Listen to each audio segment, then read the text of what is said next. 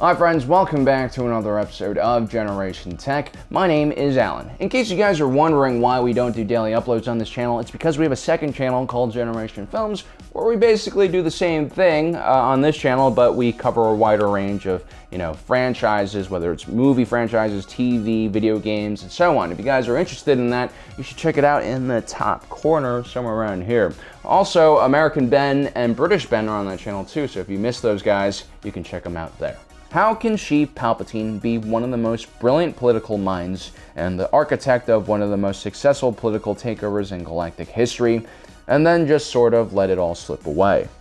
When he became Emperor, instead of focusing on good governance, Palpatine became obsessed with building super weapons and looking for ancient Sith artifacts. Meanwhile, the empire he had built was slowly crumbling due to a non-sustainable military-first policy, combined with a heavily planned economy with large amounts of federal ownership. Which of course leads to a downgrade in living standards, which leads to open rebellion. It's almost as if Palpatine is two different people. In his earlier years, he's a highly functional and even likable psychopath who deftly weaves his way through the halls of power on Coruscant. But soon after he becomes Emperor, he kind of turns into this neurotic recluse that rarely is ever seen by the citizens of the Empire. And so today I want to investigate what happened to this kindly senator from Naboo and how he changed into a complete lunatic. Now, some may attribute Palpatine's actions after Order 66 as the true version of himself. Before the fall of the Republic, Palpatine acted the way he did out of necessity. Even when he was Supreme Chancellor, he was still accountable to the Senate and the people. He still had to build political alliances and make deals, and he had to do all of that while seeming normal and above reproach, and he did an excellent job at it.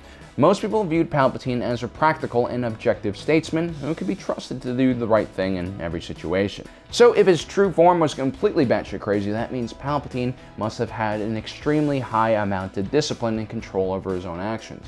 To live a lie every day in your life, years on end, not just an ordinary life, but one constantly in front of holocams and news media, requires an ungodly amount of discipline. Everyone eventually slips up. Even Charlie Sheen's been caught once or twice doing things that don't exactly fit his public persona, right? But Palpatine never really lets down his guard. He's even able to hide his true identity in the Force from the Jedi, who oftentimes are working right alongside him in his office. Somehow they're never able to detect the dark side energy that should be emitting off of his body. It takes a remarkably strong Sith Lord to be able to conceal their Force signature, especially from individuals like Yoda and Mace Windu. But every organization does learn to adapt or it disappears. And while the Sith Order during the Rule of Two was incredibly weak compared to the Jedi Order, the Sith knew this and so they figured out how to hide their signature. But this alone cannot explain Palpatine's action as an Emperor. Even if he is hiding his true self, the changes in his base personality are immense and must have been caused by some other factor. Now, we'll never truly know how staged that arrest in Palpatine's office was. It's very possible that Palpatine had planned this entire event up until allowing Mace Windu to disarm and then almost kill him. Maybe Palpatine gambled that Anakin would witness this direct threat to his life and would be forced to act in order to save his wife Padme. Anakin had a vision of Padme dying, and Palpatine convinced him that he was the only one who could save him. Had the Jedi Order been a more open and progressively minded institution, it probably would have taught Anakin more about the dangers of the Sith. If he had studied history, he would have realized just how crazy manipulative dark side Force users are. They're basically Ponzi scheme telemarketers on meth who are selling a very lucrative product that is extremely powerful. Now, had Master Yoda been more thorough with the Jedi curriculum, Anakin would have learned at a young age that although the dark side was more physically powerful in some ways, it was also at its core destructive energy. This means it was good at blasting holes through walls and people, but not very useful for healing and regeneration. Even the most powerful Sith Lords like Darth Bane, who had access to a ton of Sith artifacts and lost techniques, needed the help of others to heal him from deadly injuries. The light side of the Force is the exact opposite. It's what creates life and sustains it. The dark and light need each other to continue this cycle of birth and decay. This is why dark side Force users have different abilities like Sith Lightning. It's actually impossible for a light side Force user to successfully create Sith Lightning. A Jedi can create something similar using the Force, but it's much less devastating and much less powerful. It's sort of like how margarine is so close to butter that you can't actually believe it, but you can believe it because margarine is not butter. And so when Palpatine has his own Sith Lightning reflected back into his face, its effects are almost immediate. Palpatine's forehead becomes wrinkled and caved in, his eyes turn yellow, and his skin loses its healthy complexion. He's basically aged 100 years instantaneously. It's basically Benjamin Button disease, but in reverse and sped up.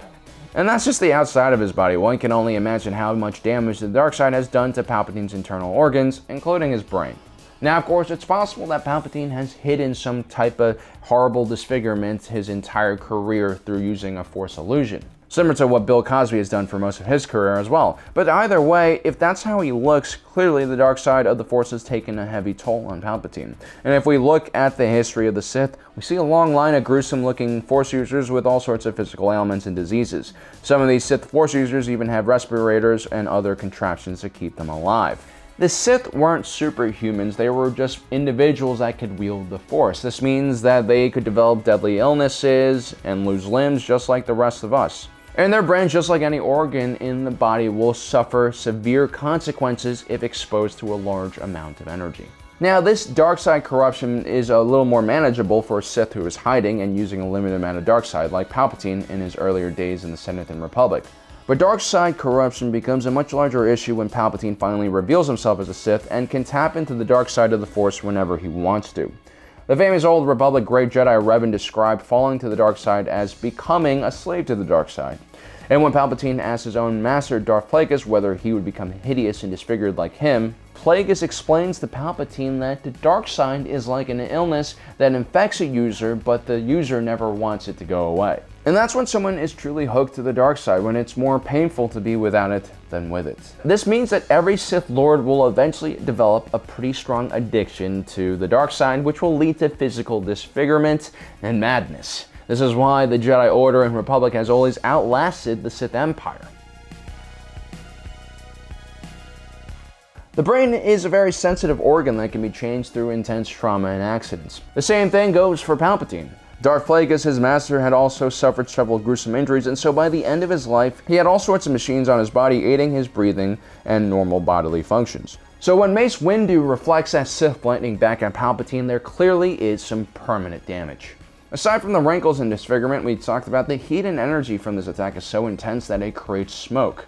Now, in medical science, it used to be quite common to use electrical current of the brain to treat a variety of different mental ailments. Electroconvulsive therapy, as it was called, was sort of like a reset button for the brain in case the operating system got stuck or had some bugs.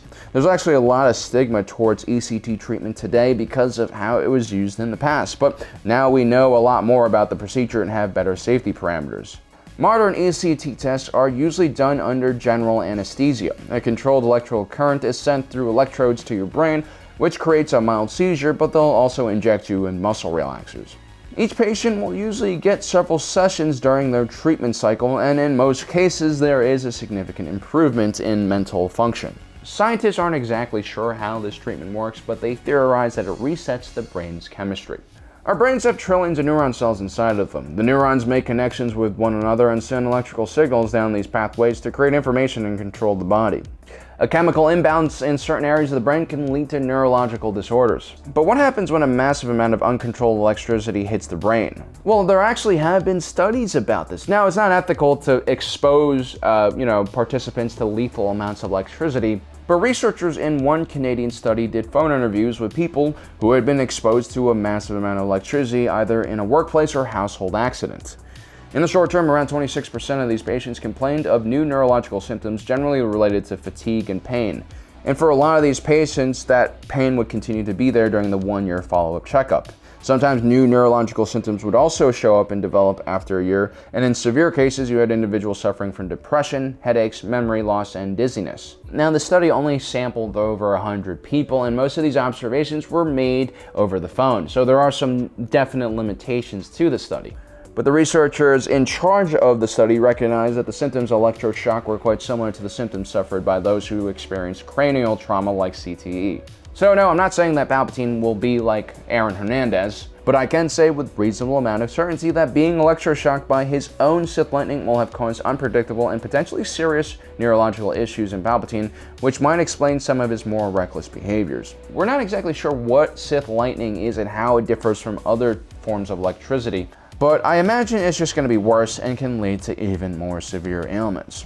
Sometimes we overestimate our own body's capabilities, especially when we're younger and when we feel indestructible. So if you or any of your loved ones that you know have been shocked by any Sith Lords in the last few years and are developing some kind of advanced neurological symptoms, I do recommend you check out your local medical clinic and find out more information about what Sith lightning can do to their bodies. Well guys, I hope you enjoyed today's episode. Don't forget to subscribe and hit that notification button so you don't miss out on the rest of our awesome content. Also check out Generation Films. Alright, thanks for joining us today. If you're watching this, you are Generation Tech.